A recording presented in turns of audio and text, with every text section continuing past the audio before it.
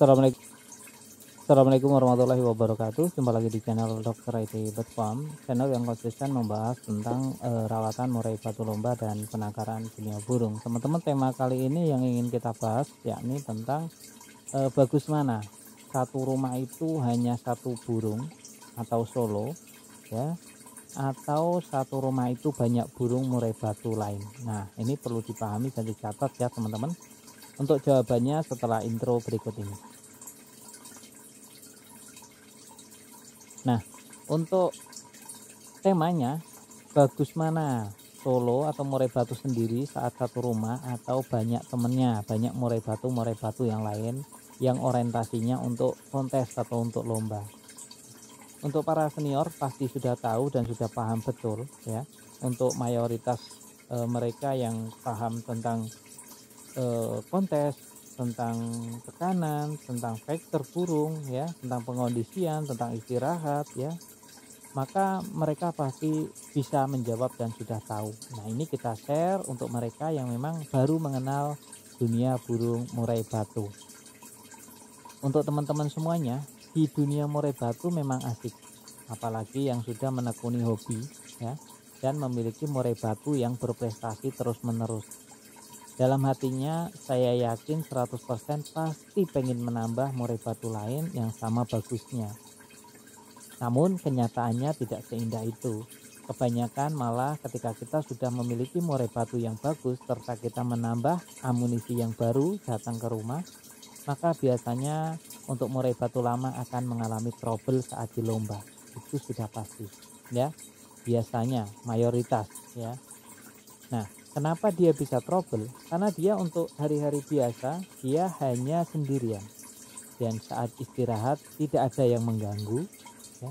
Secara otomatis tingkat fighternya, tenaganya itu tidak terkuras ya. Sebelum lomba dia tidak terkuras terlebih dahulu.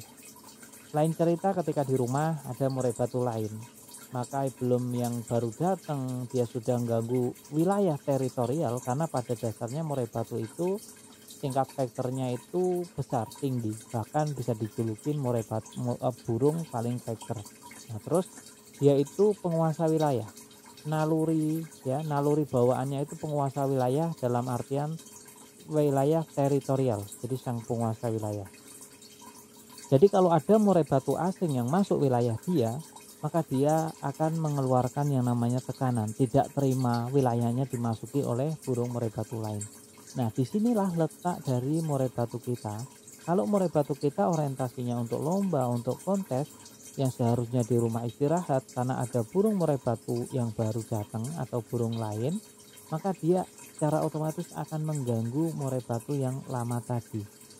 Yang terjadi murai batunya saut-sautan, apalagi kalau kita sudah begitu diperlihatkan, waduh, ini bisa tarung setiap hari sampai satu benar-benar kalah. Nah, ini bisa berdampak kurang bagus. Makanya kalau untuk burung murai batu yang solo sama murai batu banyak dalam satu rumah itu pasti kebagusan saat di satu rumah itu hanya satu burung murai batu saja, itu biasanya lebih terfokus. Banyak ya kita bisa belajar dari para senior yang sudah melombakan di tingkat nasional, antar provinsi, antar pulau. Dia rela menyewa satu rumah ya hanya untuk satu burung. Dan ketika dia sudah menyewa satu rumah satu burung tadi, masih mendengar suara murai batu yang beda rumah jauh, dia rela pindah. Kalau menyewa rumah bisa rela pindah rumah, kalau nyewa hotel bisa pindah hotel. Nyari yang benar-benar tidak ada suara burung murai batu lain. Karena ketika burung murai batu yang sudah diset untuk lomba esok hari, malamnya itu dia mendengar murai batu lain, itu tingkat faktornya itu nanti akan keluar dan bocor.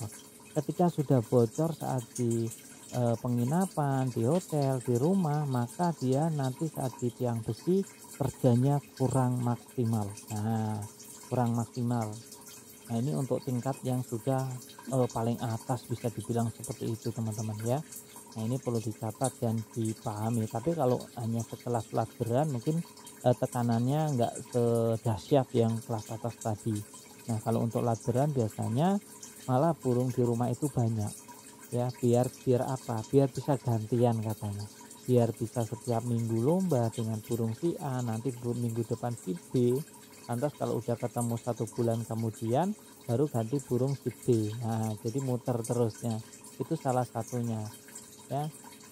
Kita merawat burung murai batu banyak ya karena untuk menghindari kerusakan tadi, meskipun ya dalam satu rumah jika lebih dari 1 burung tentu juga bisa berdampak kurang bagusnya itu. Jadi kalau untuk murai batu yang di rumah, bagusan yang solo atau sendirian atau banyak murai batu lain juga saat kita rawat, maka jawabannya untuk mayoritas burung murai batu yang hanya satu di dalam satu rumah, maka dia jauh lebih bagus ya teman-teman, dari segi apapun saat dilombakan. Mulai dari tenaganya dia juga akan lebih bagus ya, tenaganya lebih tersimpan, terus dari tingkat vektornya juga akan jauh lebih bagus juga, pengontrolan birahi dan emosinya juga nanti pastinya akan pas. Dan murai batu yang di rumah tidak ada burung murai batu lain, maka dia saat di lomba itu kerjanya akan maksimal. Beda cerita ketika sudah dikomposin dengan burung lain, saat satu rumah banyak burung, maka nanti di lomba kerjanya kurang maksimal. Yang kerjanya ini apa sih namanya, ngetem ya, tidak tuntas, patah-patah. Nah ini karena tadi di rumah banyak burung ya, terus kita kurang aware kepada burung kita, ternyata burung murai batunya saat di istirahatkan ya, saat dikondisikan itu terlalu dekat ya, dalam nyantolinya atau penyimpanannya itu terlalu dekat, dan kalau terlalu dekat ini juga bisa berdampak buruk untuk burung murai batu kita kalau terus-terusan.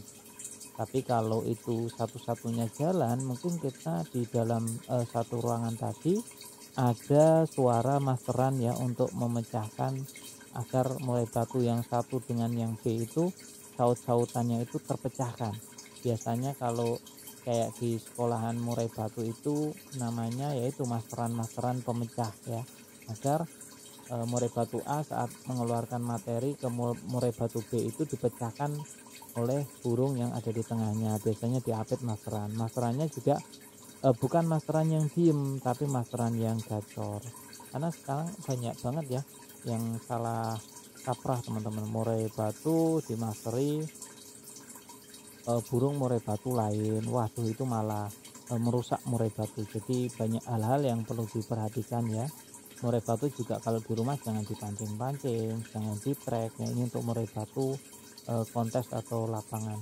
Murai batu juga saat di rumah harus benar-benar dikondisikan. Jangan sampai murai batu kita saat di rumah itu malah gacor. Nah, gacor itu seperti tekanan balon ya, atau tekanan ban itu dikempesin teman-teman. Saat di rumah itu gacornya murai batu di rumah ya seperti kita ngempesin tekanan ban atau tekanan balon tadi.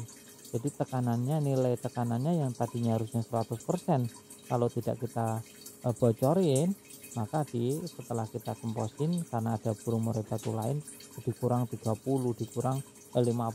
Jadi kalau murai batunya di tempat lomba ngetem ya itu hal yang wajar dan normal. Kita masuk ke penutup.